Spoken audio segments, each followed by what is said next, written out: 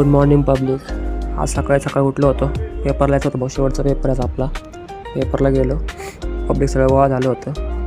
Paper दिला, आपण बाहेर आलो जरा. तेवढ्यात आपला भाऊ दिसला, सूरज भैया. त्याची जरा क्लिप घेतली. खाली पार्किंगला आलो भाऊ, तेवढ्यात नाही का जरा पोरं बसली होते. पोरांसोबत थोडा टाईमपास केला नाही का. मग पार्किंग थोडा वेळ बसलो. वैताग आलता लय घाण.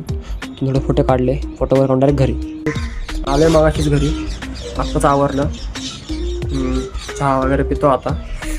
काय नाही, थोडं रील्स करत बसायच्या, टाईमपास करायचा.